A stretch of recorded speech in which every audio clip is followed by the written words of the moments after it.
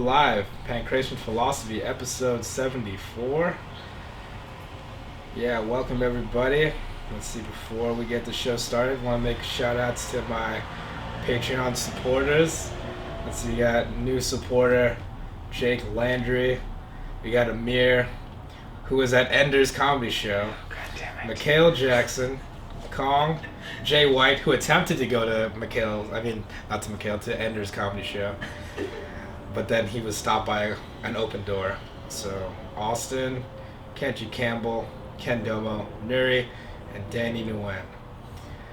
Alright, well, that's enough of those shout outs. Oh wait, I guess shout out to Floating Forest giving me the intro song, and to Joel Ridzak for giving me these mics.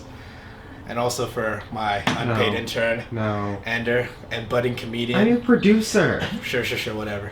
And also assistant, Endo, chilling on the mats over there. And also my guest today, Liz. Cindy Hales. Hello, Cindy. Thanks for joining the show. Yeah, thanks for having me. No problem. Well, I've already had, several of your students, two of them in the room, but also had Bob Jones. So, okay, yeah, I know Bob Jones. Yeah. Yep. But anyway, welcome. So, how did you get started in martial arts? How did I get started in martial arts? Well, in like 90, maybe 5 or 6 or sometime in the 90s, my housemate showed me some UFC tapes. Okay.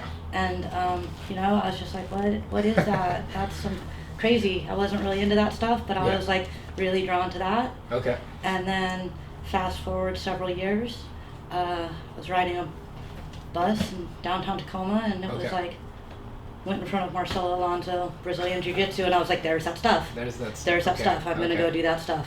Okay. Yeah, so just happened into my life. I remembered it. Okay. I remembered it was rad. I needed to learn it one day, and the universe plopped it right onto my bus stop. Nice. So how was that first day of training? Do you remember it? The first day of training, it was I went in, I started at Marcelo Alonso Brazilian Jiu-Jitsu in Tacoma, and Marcelo was super nice. He was like, very helpful and like kind of let me win the moves. I was very aware, like he wouldn't be like, and then like tapping and totally selling it and like, oh yes, very strong, yeah, like made me feel like a real winner. Yeah. I knew it was fake, yeah. But I was like, I know these are the steps towards getting to maybe one day do that stuff that's not fake. Okay. So yeah, I just I wasn't doing any athletics at that time. I was just like working at Starbucks customer relations department, and I was like a punk rock kid and didn't do athletics really. Oh, you didn't do athletics like growing up at all? Well, growing up I did. I was like a pretty good athlete growing up. Okay. I did, regular 70s kid athletics. Okay. Soccer, softball, basketball, playing outside. And then I, I played racquetball for a little bit. Was good at racquetball. And then I just blew out my knee when I was like 13. Oh. So then I had a knee surgery, and then I was just kind of like, I don't really want to do sports. I wasn't really into organized sports or sports in general. I was into like hanging out with my friends and going to shows and doing that kind of thing. And I did that. I guess I played rugby for a second in college, but it was more really just about hanging out with my friends. Got it. And so then, and it was just like totally random. I saw this random Royce Gracie like beating people up on the UFC. Okay. So yeah, that's how I got into it. Nice. Well, so then what about Brazilian Jiu-Jitsu? Like what kept you going like into it? Well, when I saw Royce Gracie choking people out, it was like, dude, I need to learn how to do that because that looks crazy. It's not like anything I've ever seen. And then I went in, and Marcelo was like very nice. I like fell in love with just like the training of it, and I basically like went every single day. And then I quit my job and I just trained full time every single day, basically until now. Nice. So I mean that's literally what happened. It's worked out well. But I guess so. Like, what was the thought process in like?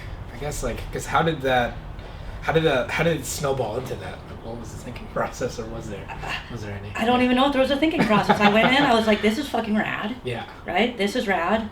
I want to learn how to do that. And then I had a glimmer of hope that I could in fact learn how to do. Actually, for a while I was like, I just get smashed. I'm not sure what I'm doing here. And then I like went and competed against a girl and I won. I was like, what the fuck happened? I never get on top. I've never even been on top. Right? And then I was like, oh, I'm getting pretty good at this. And, you know, Marcel was very helpful. You know, I'm a good athlete. And Marcel, I think, like, was like, oh, here's this, like, girl that shows up every day. I'm going to take her all around. And he would, like, take me to his seminars and, like, kind of let me help. And so I, like, got to do that. Then he left and went back to Brazil. So, he just had some students teaching at the school, and was kind of looking for other places to train. Didn't really work out for me after he left. And then I just started like training around. I went to police academy for a little bit. I went and I like found Rodrigo, kind of met Rodrigo. And I started training with him a little, and he was with Mamazino. And you know, I just started like, I was living in Tacoma. I was driving up to Ballard, the Ballard Firehouse. So I did that hustle back and forth. Then I started training at Ring Sports with Eric Dahlberg.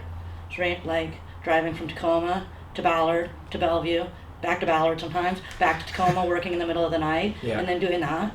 Did that for like 3 years. Oh wow. You know, so just looking for places. I went and tried to find like who I thought were like the best people around to train, and I actively chased those people down, those opportunities. And you know, I trained with Ivan when he was starting his school.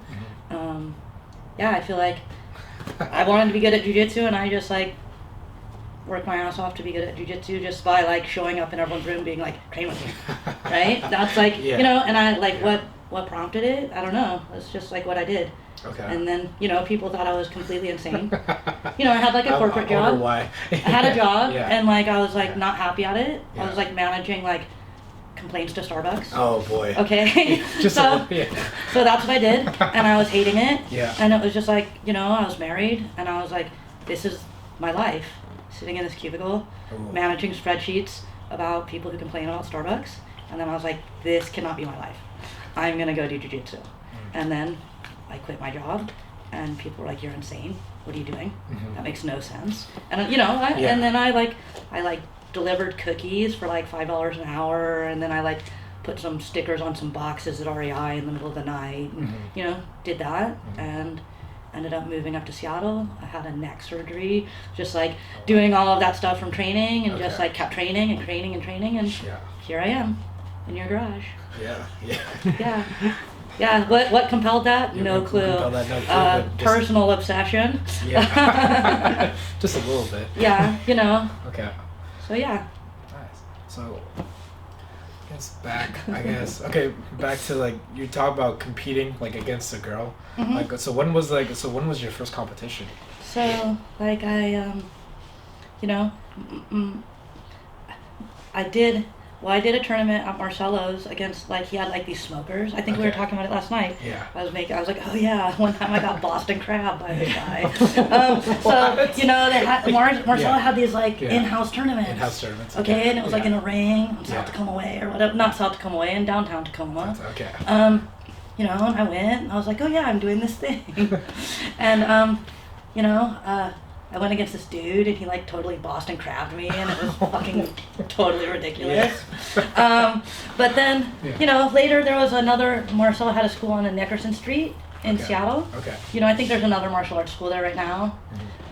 So he had like a in-house tournament there, and there was a girl. And I finally went against a girl. I was like, oh, I won. Didn't get Boston Crab. I didn't get crushed. Right? So then that was like, oh, it works when I'm not like the smallest, weakest person, you know. So that was like, I did that, and then I started like, you know, there weren't that many tournaments back then. So I did some local tournaments. I did U.S. Opens as a white belt, and I won that.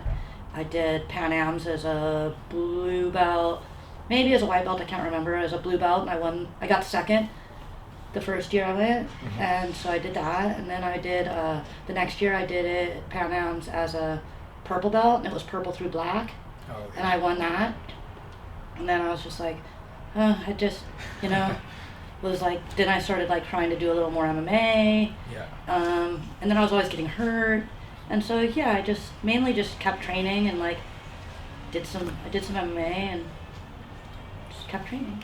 You know, that's pretty much for me. It was like, Oh, I just like to train. Okay. It was mainly the training aspect. What injuries were you getting?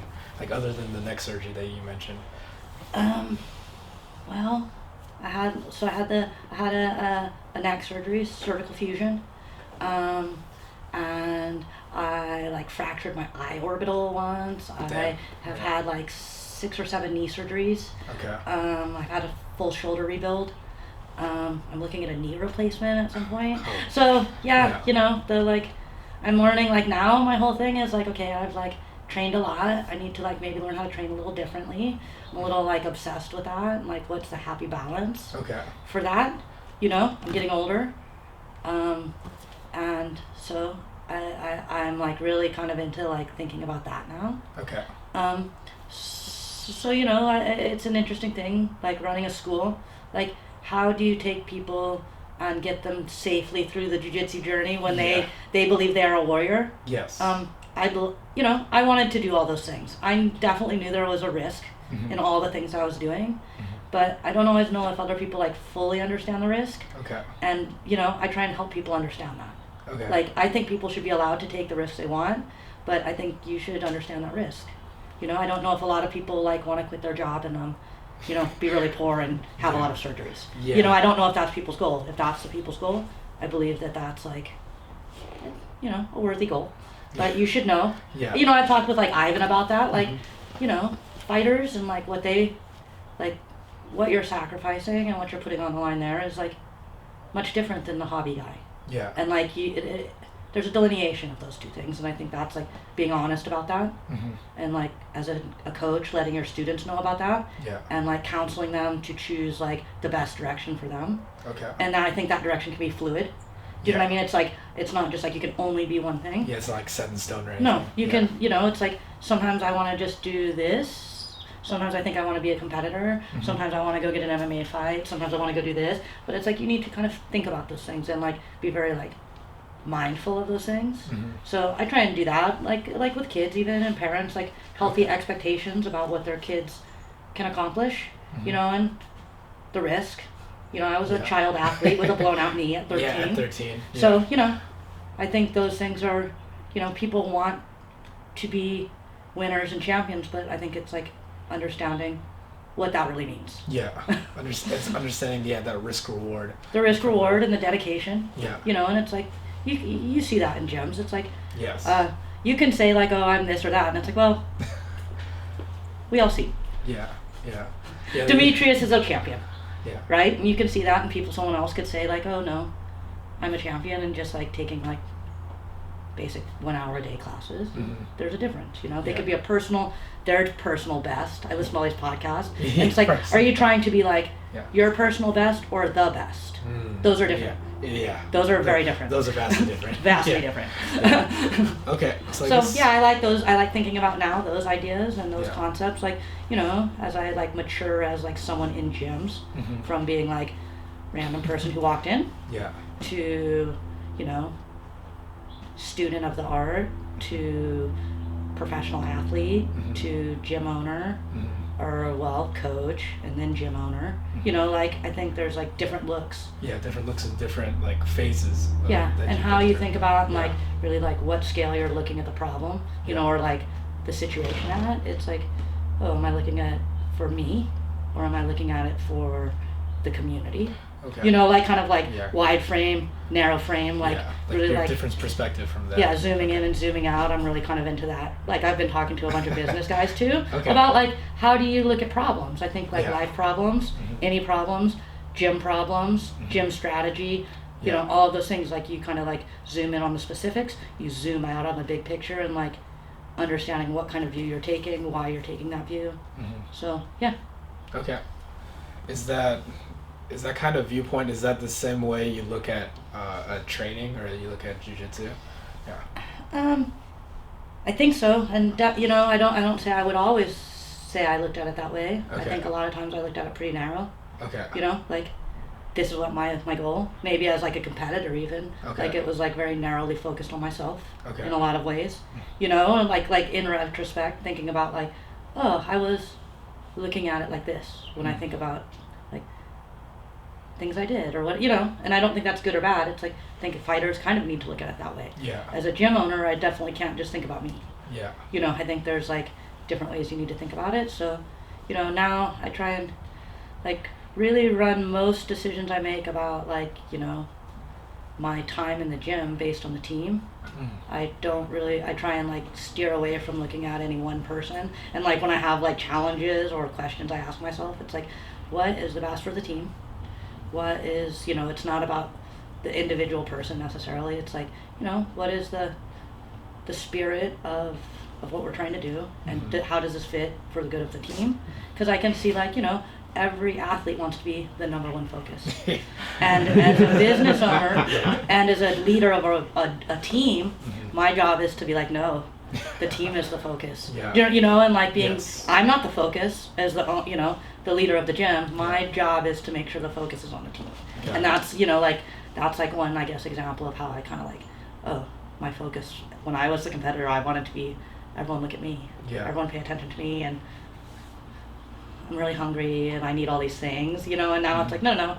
Now my focus is like making sure like, how can this be best set up for the good of the team, and I guess also as the business. If you look at that, like, I think if you have a healthy business, then you can have a bigger and stronger team.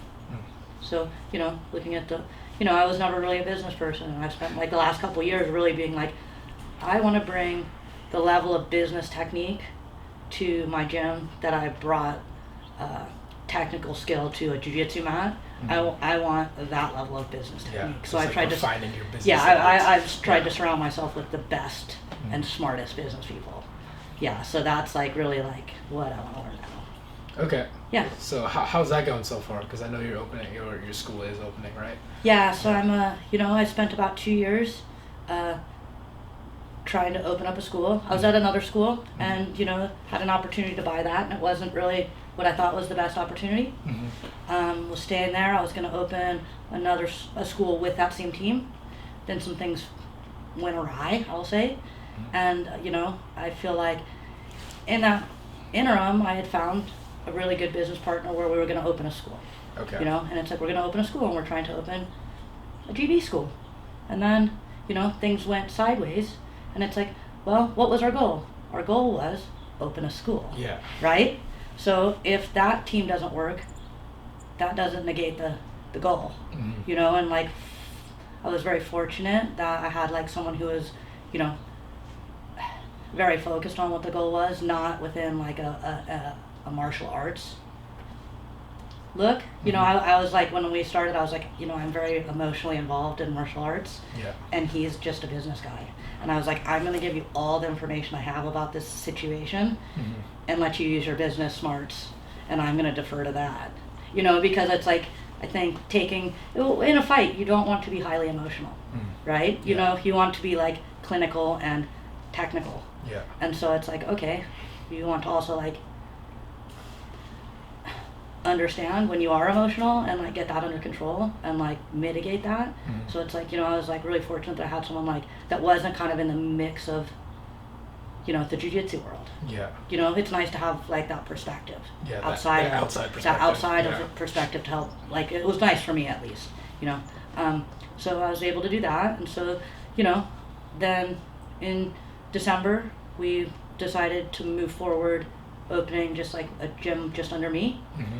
So we've been then spending like the last year doing that and learned a ton of stuff about like how I want to do a business, how do you negotiate like leases, how do you get things built. We're building like a brand new facility. It's a room with like nothing in it. Oh wow. And so we got to design everything within. Okay.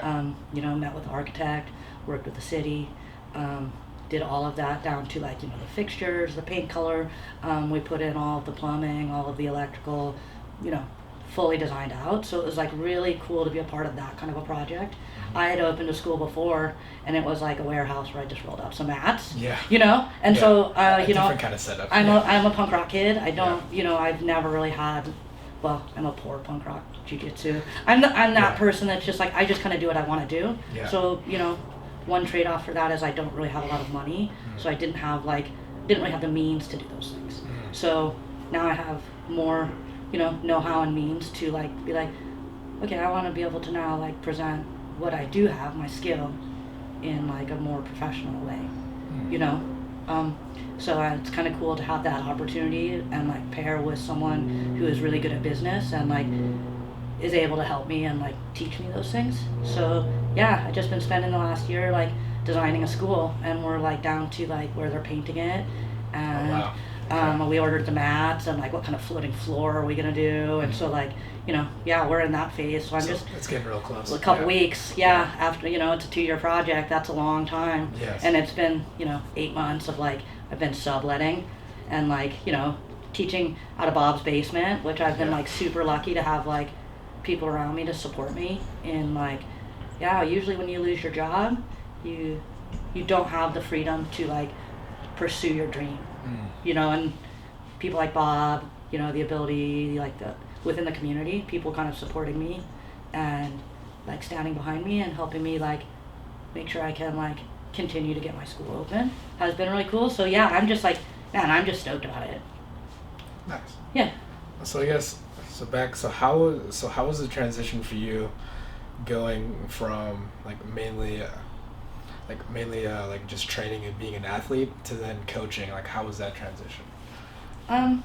Well, you know, most of the time when I was an athlete, I was like basically teaching kids at a blue belt level when I was blue belt. Okay. So I've been teaching the whole time, you know.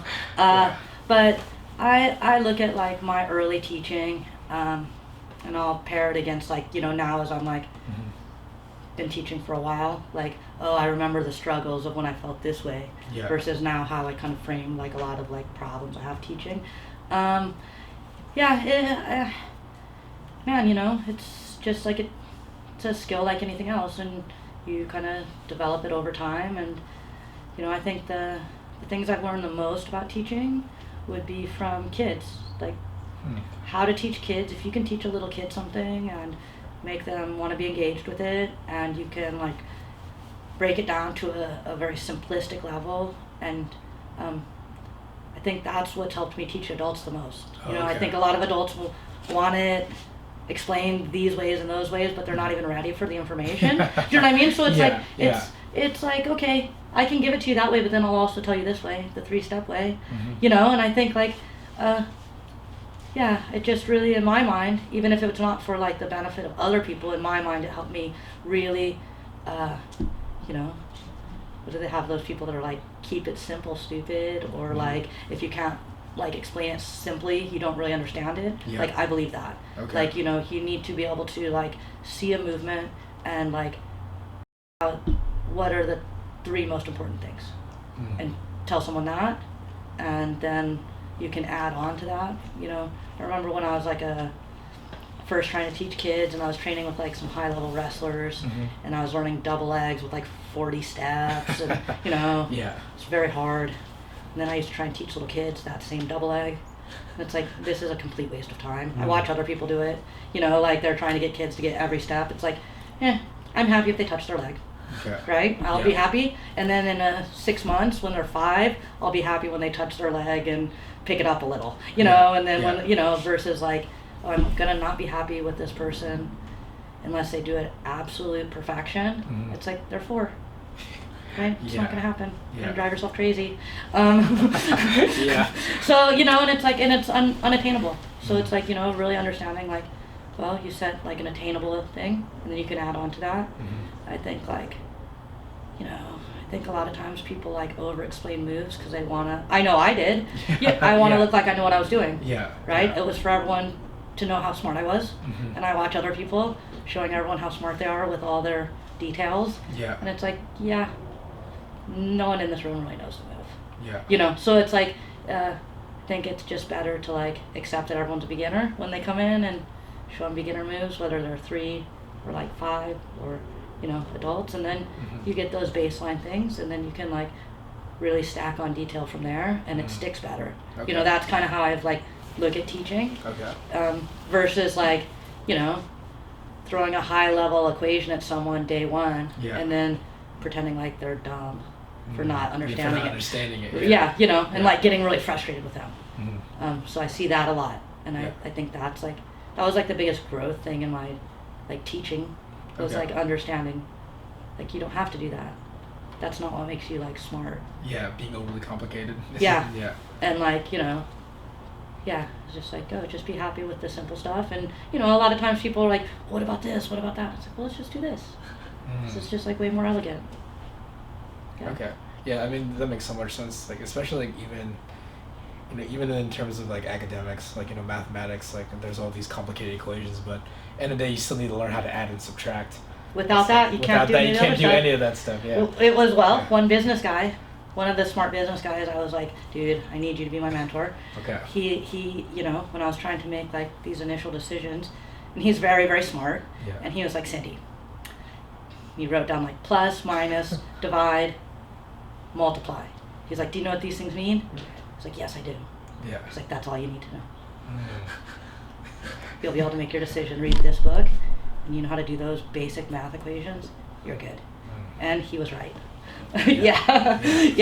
It was not like I was making it way harder. My other business partner, we always, like, you know, I do complicate, I complicate a lot of things, and it's always things I don't understand, like business, or Adobe Illustrator, or, you know, any of those things, Excel. I'm like, oh, fuck. Right? And then he's like, you're thinking about it way too much. Good enough. That's good enough. Got it. You know? And it's like freeing for me. Yeah. Like, oh, good enough is good enough.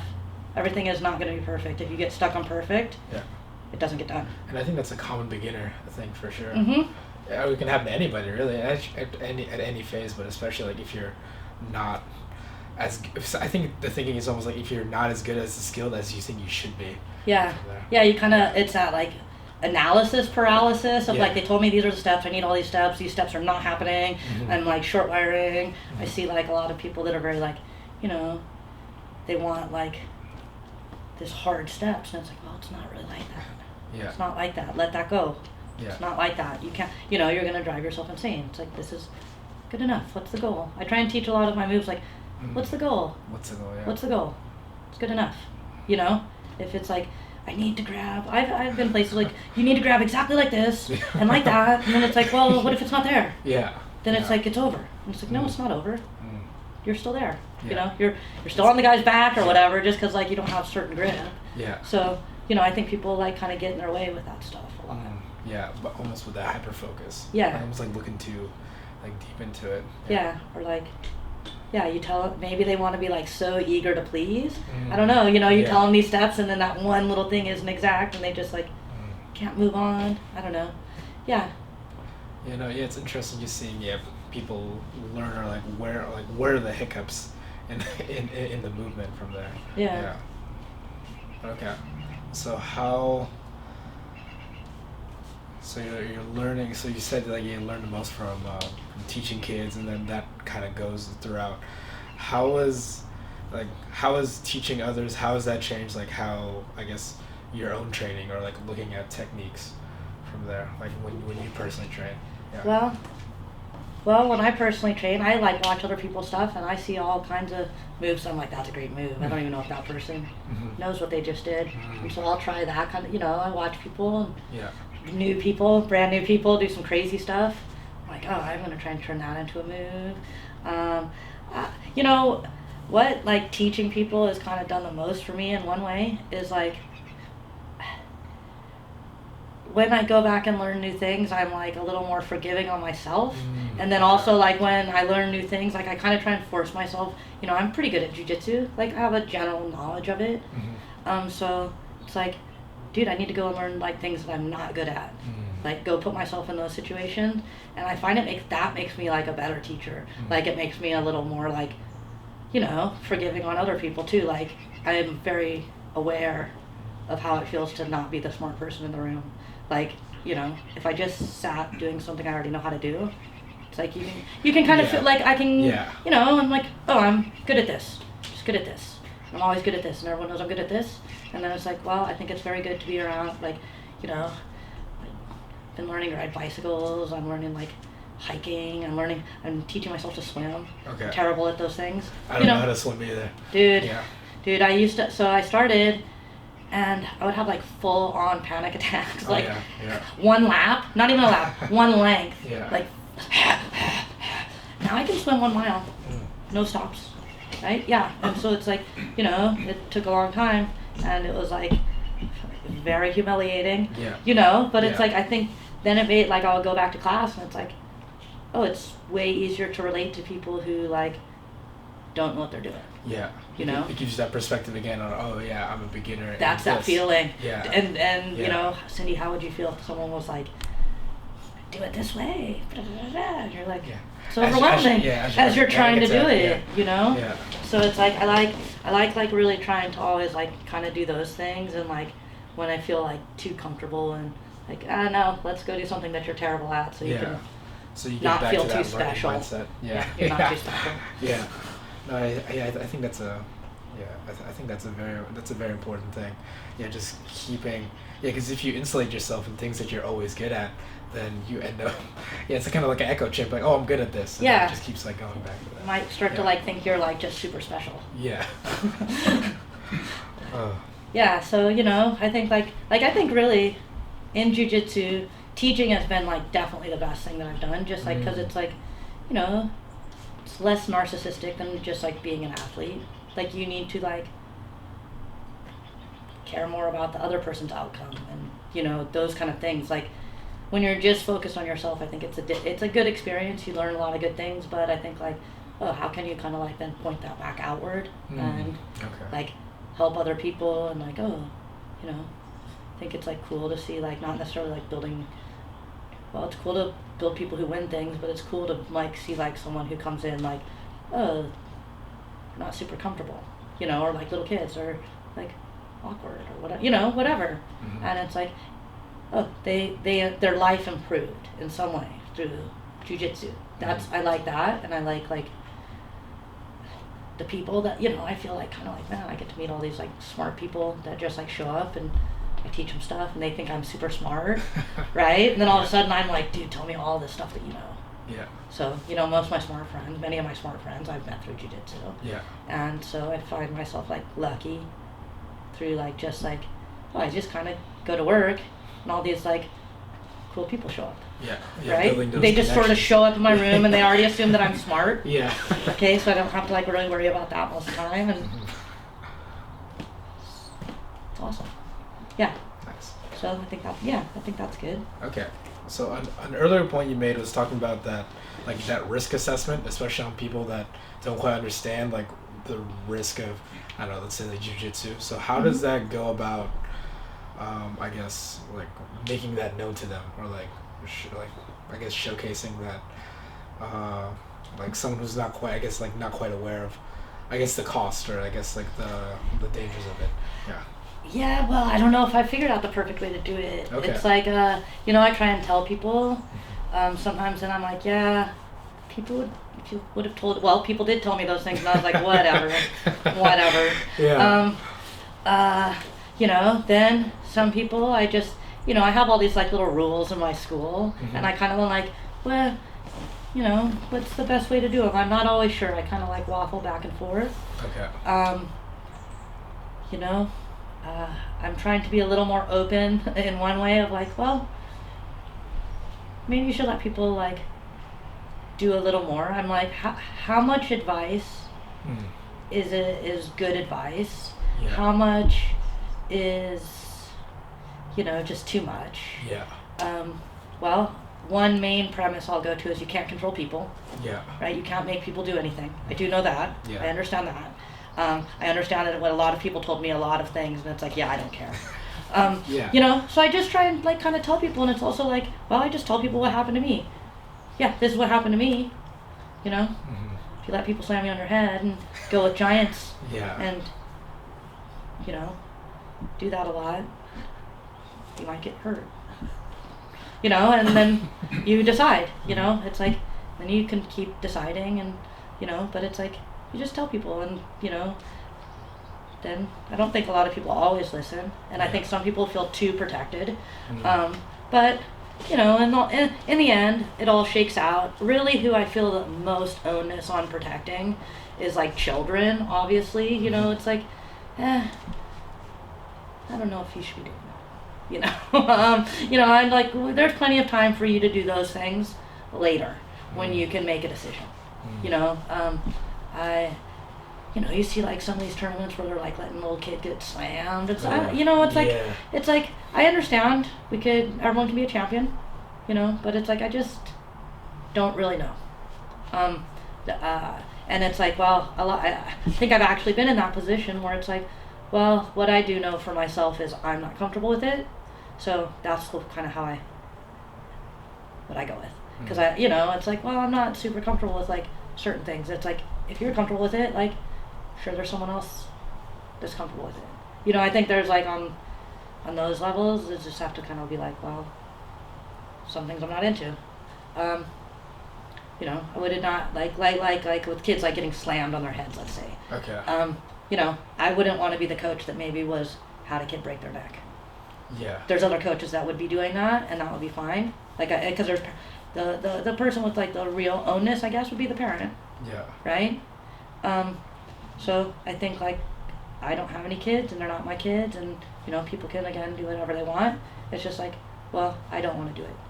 So I don't, you know, that's how I kind of like answer those questions for coaching. Okay. I think everyone really, you know, has autonomy, can make those decisions for themselves, but it's like, well, I wouldn't probably put one of my students in that situation, you know, and I would like counsel them like, this is why. And if they wanted to do that, then they could do that elsewhere. Got it. That, you know, and that way it would not be like I dislike you or anything. It's just like, well, I just don't want that on my conscience. Yeah. Yeah. You know, you're not comfortable with that. I'm just not comfortable with it. You know, because I think as a coach you need to understand those things. Like, what's the, like, well, I remember back in the day I had like, you know, you'd be at tournaments, and I referee a lot of tournaments, and it's like, ooh, that 4-year-old's getting spun around by their neck. Yeah. You know, and it's like, is that the legacy I want to leave? I don't know. No, it's not. So it's like, you know, I think like I guess every coach has to make those decisions, like in any sport, really. Yeah, about what they're okay with. Yeah, what are we okay with? What's the consequence of this? You know, what's worth winning? You know, all of those things. And I think that's different for other people, but it's like kind of goes back to that rule of like, I think it's something you have to think about. Right? I think it would be negligent not to think about those things, especially as a coach. But I would say, you know, I don't have kids. Say as a parent, it would be negligent not to think about those things. I think like, well, as an athlete, you know, people were like, you're doing crazy things, and it's like, but I didn't. It wasn't like I just like did them. It's like I thought about them. Yeah. You weigh those risks. So I think with, you know, I always just like really try and have people do that. You know, I don't know. Okay. Yeah, just in terms of like risk assessment. I guess like what are some what are some decisions or that you were able like to persuade people into, like, let's say like, I don't know, let's say like as an athlete, like, because like you said, athletes tend to have like a narrow perspective, like how do you help them like broaden their perspective in that kind of sense? I don't know. Well, I go back to like all the people, you know, I think about all these things as a coach, and then I think about it as me as an athlete, and it's like, Cindy, you didn't listen to anyone, right? You didn't listen to anyone. Yeah. So it's again, and like all the smart people that I talk to, business and everything there, it's like, well, most of them are like, I don't give it advice. I'm not giving, and I know I give advice, and I'm like, you don't give advice. Don't talk to me. You know, it's like all you can really do is share experience. Yeah. And people take from that what they will.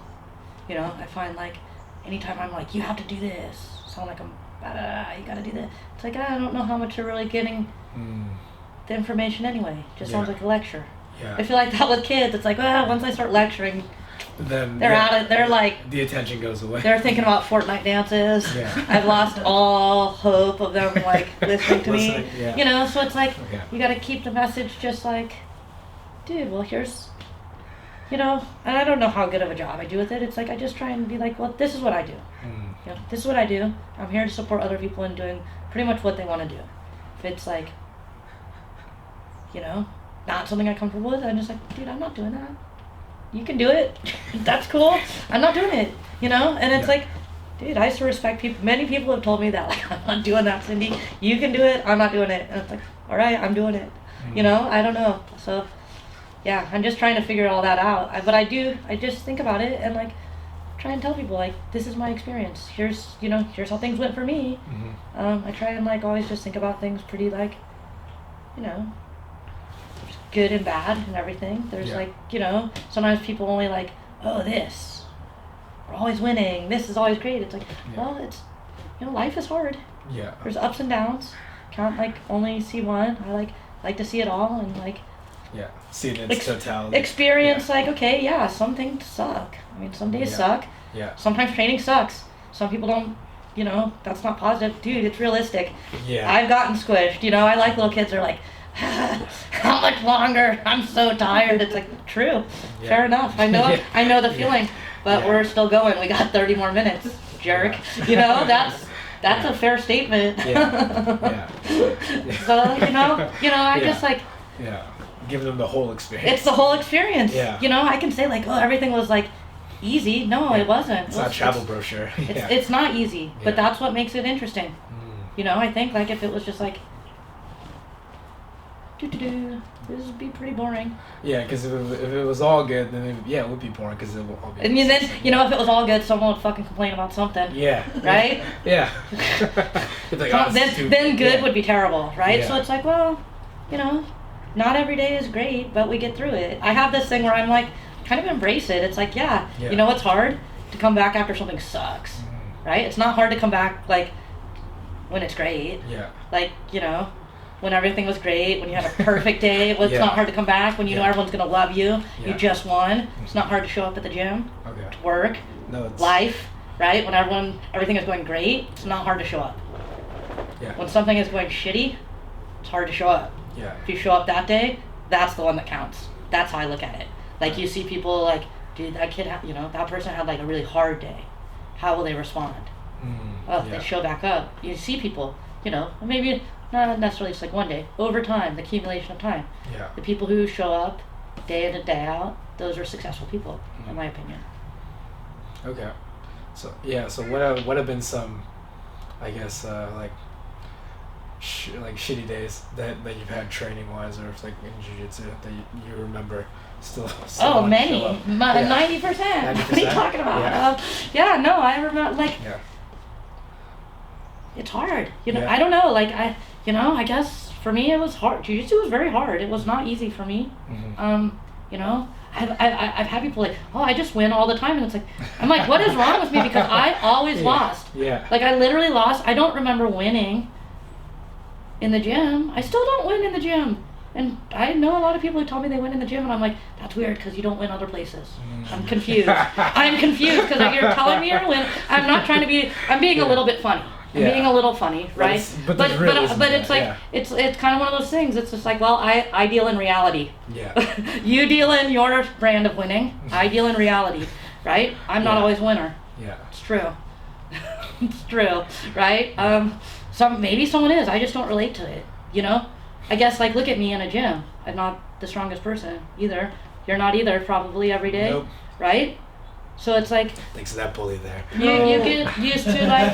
It's like, well, I learned that I was not the toughest person. That was not going to be my skill in totality in any jiu-jitsu room. And it's like, well, then you navigate around that. You can still be in the room. You know, it's just not your role. So, you know... What are some losses or bad days? Like I said, a lot of days are bad days. Do you know what I mean? Like, you know, it's like, well, I can say like this last year, it's been hard to be like, oh, I don't have a gym. I have a mobile gym. I have this or that. And it's like, a lot of those things suck. But it's like, you know what? That's going to make when I do have a gym, really, really rad. That's how I look at it. It's like, you know, not all the time is good, but then when good things happen, you appreciate those, and then you better remember when it's good. You know what's coming around the corner? Shitty stuff again. Right? It's nature of life. That's how it is. That's why I kind of like, you know, when I don't have problems, that's gonna be that's gonna be my biggest problem. Because I always have problems. Right? There's always problems popping up, fires to put out, things to do. That's like, I think, the sign of a healthy life. Right? Because I mean that's how it is. It's like. It's cyclical. Like if it's, you know, when times are hard, times get good. If I don't have a student complaining at me or some problem, then probably don't have anyone in my gym. I mean, yeah, that's when you have a gym with no problem. When there's no child crying in my class, there's probably no one in the class. Yeah. Right? Well, yeah, that's the only guarantee of having people crying. Nobody. Yeah. Yeah. Like, you know, I embrace that person. We'll get through it, buddy. Yeah. You know, that's... Yeah. Yeah, just... I know, I think that's the thing, because, like, people have... especially like in martial arts, or people that aren't involved in martial arts, they think, oh yeah, well they think it's like a movie thing. We're like, oh yeah, you get really good and then you're unstoppable. I'm like, no, that's definitely fiction. That's fiction. Yeah. And everyone gets old. Yeah. You know, no matter, even if you're the best person in the world, you will get old, and then someone will be better. Exactly. You know, that's why I'm like for like a little bit. For a fraction of a moment. Yeah. Yeah. And then you have to, like, the whole time you're the best, you probably are, like, so worried about when you're not going to be losing it. You know, I mean, there's a struggle in being the best. It's the top of the mountain. Yeah, you're only there for, like, a little bit. Yeah, and everyone's looking to get you. So, yeah. Yeah, I think that's a very important lesson for like for any, well, I guess especially like for a beginner walking, like, oh, what do I expect? Oh, it's gonna be hard. It's gonna be super hard. Super hard. Yeah. Yeah. I mean, that's what I learned with like little kids. I have this one little kid, and I tell the story sometimes. This kid, he's like maybe 8 or something, and he was coming for a little bit, and then his dad was like, pulled me aside, and he's like, could you explain to him that these are not the pain classes? The pain classes. Yeah. And I'm like, oh yeah, totally. And I was like, hey, you know, I heard you thought that they were like the pain classes. I'm like, well, that kind of makes sense, right? Yeah. To a little kid, your parent puts you in the car, drives you to this warehouse where other children basically beat you up, and they do that 3 days a week. Yeah. And you are unclear of what the purpose is. Right? Yeah. Like, so it's like, dude, I totally got what you're saying. I felt the same way. And then you kind of like, dude, there's moves. Yeah. And if you come enough, you'll figure it out, and it won't suck as much. Yeah. But right now, if someone tried to tell me like, yeah, that didn't hurt, oh, that's not hard, you would be like, I don't believe you, right? You would lose all. If I was like, you're crazy. That's not real. That's not real. Yeah. What you're experiencing is not real. Yeah. You know? Yeah. Like, all I hear is like sometimes people like, hurry up. Why are you going so slow? And it's like, you want to be like, well, you've been in gyms. You see. Yeah. It's like, hey, dude, you come out and do it. Yeah. How about you try? How about you try? Yeah. Yeah. Quiet. Right? And so it's kind of that same thing. It's like, well, I'm not going to invalidate the experience that, yes, it is in fact hard. Yeah. And if you go to a jiu-jitsu gym or a kickboxing gym and it's not hard, you're doing something wrong. Yeah. You're sitting on the couch, or you're not doing real jiu-jitsu. That's a fantasy world right there. Yeah. You're doing something wrong. Yeah. Right? Definitely. I know some people who it's like they could probably say that. Like, yeah, it probably wasn't hard because you didn't do anything. Right? But you let those people figure that out on their own. But it's like, yeah, you see like the kid that's like agonizing, I have one student, it's like, man, he used to come in and like go like work so hard, and like he was like vomiting in the bathroom, and it's like, dude, you're rad. I appreciate that level of struggle. Yeah. Right? That's what I don't even care if you're great. That's way more struggle than most people will give you. Yeah. And that's what I respect. Yeah, I think it really comes down to that. It really does come down to struggle. Yeah. That's yeah. Struggle and putting yourself. And that that guy now is very good. People are like, that guy gives me all this trouble, and it's like, well, yeah, that guy, he used to vomit in the bathroom like pretty much every day. Yeah, was willing to put in the struggle. Yeah. And then you see other people kind of coasting, and it's like, I think that's what I wish, like if you could give someone advice. Yeah, if people would. If they would listen, but it's like as a coach, you look around the room, and it's like, you can see those people. Everyone comes in and tells you they're going to be doing these and things. Yeah. They're going to be a champion. They're like really into this. This is their dream job. This is their dream thing. People can say a lot of things, but what are they doing? And then they show up, and then they put forth 30% effort. Yeah. And it's like, that's what I like. Just like jiu-jitsu stuff always like really surprised me, like coaching or just being in rooms, and you're like, see certain people come in and you think that person's going to be successful based on like preconceived notions, and then you see the realness. Yeah. You see like, what is the component of winners? Yeah. Struggle. Yeah.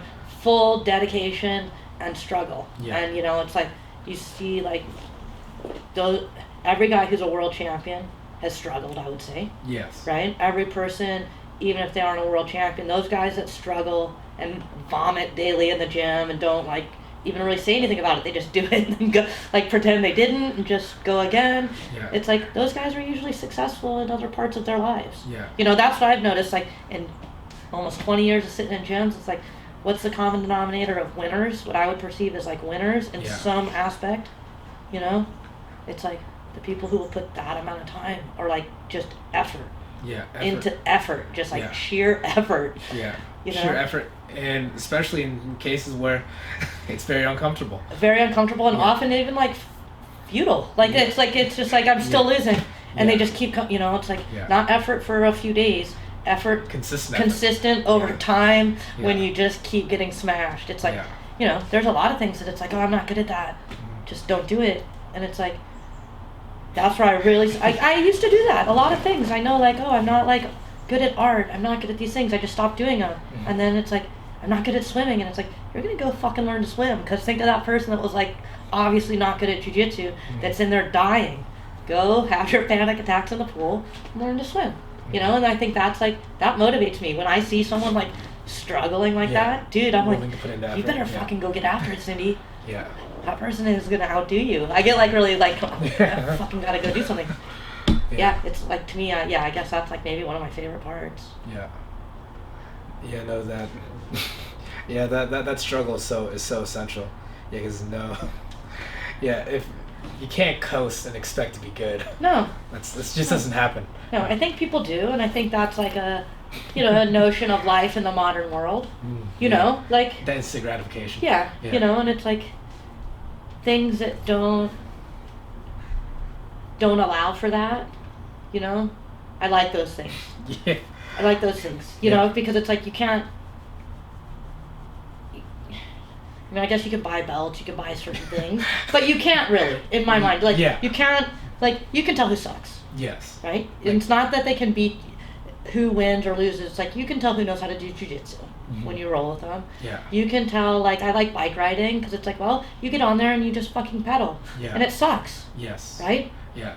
People who don't really bike ride, I guess, or like can say it doesn't suck. No, it fucking sucks. Oh, no, it sucks. When you're riding up hills, it fucking sucks. Yeah. I like make deals with myself and I'm like, you fucking never gonna do this again. Oh my God. You know? And then you're like, oh, I'm at the top. This is awesome.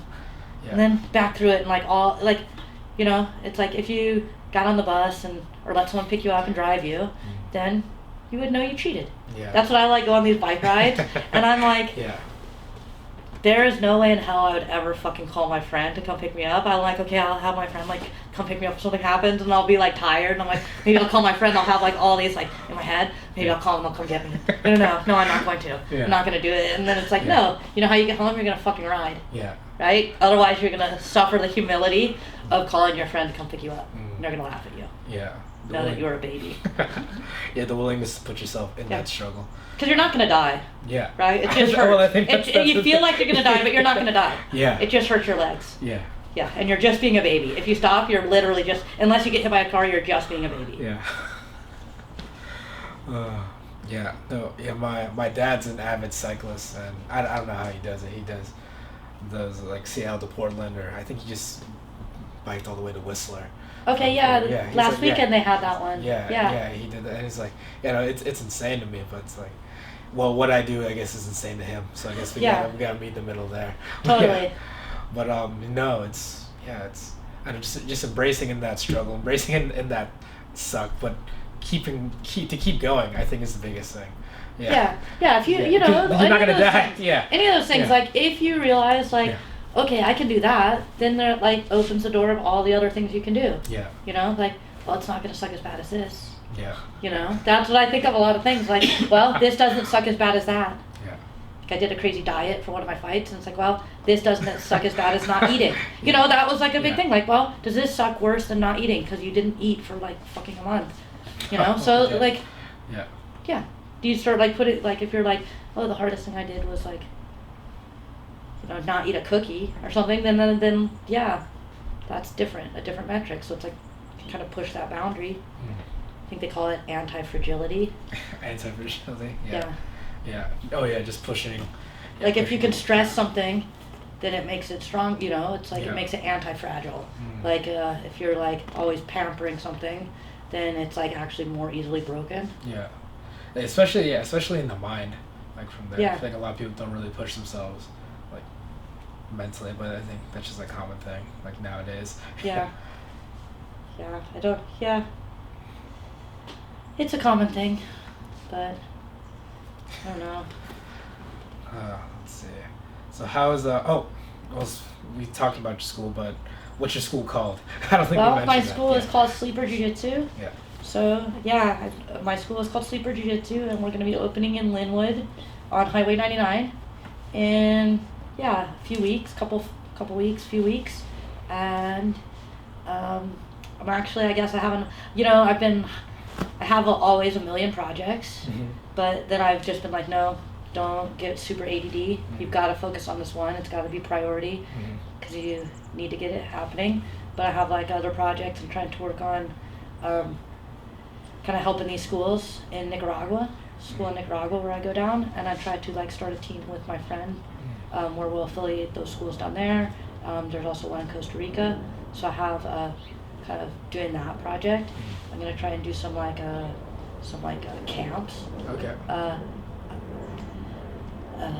My friend has they have a hotel down in San Juan del Sur in Costa Rica or in Nicaragua, and so there's like great surfing down there. Okay. And then I'm gonna try to do some jiu-jitsu camps down there. So like once I get my gym open, that's like kind of like on my list of like I gotta get these projects done. Okay. Like those are my like even on the way over here I'm like, man, you've really dropped the ball on these things. You gotta get them going. So it's like that's like I'm like looking forward to getting my gym in place.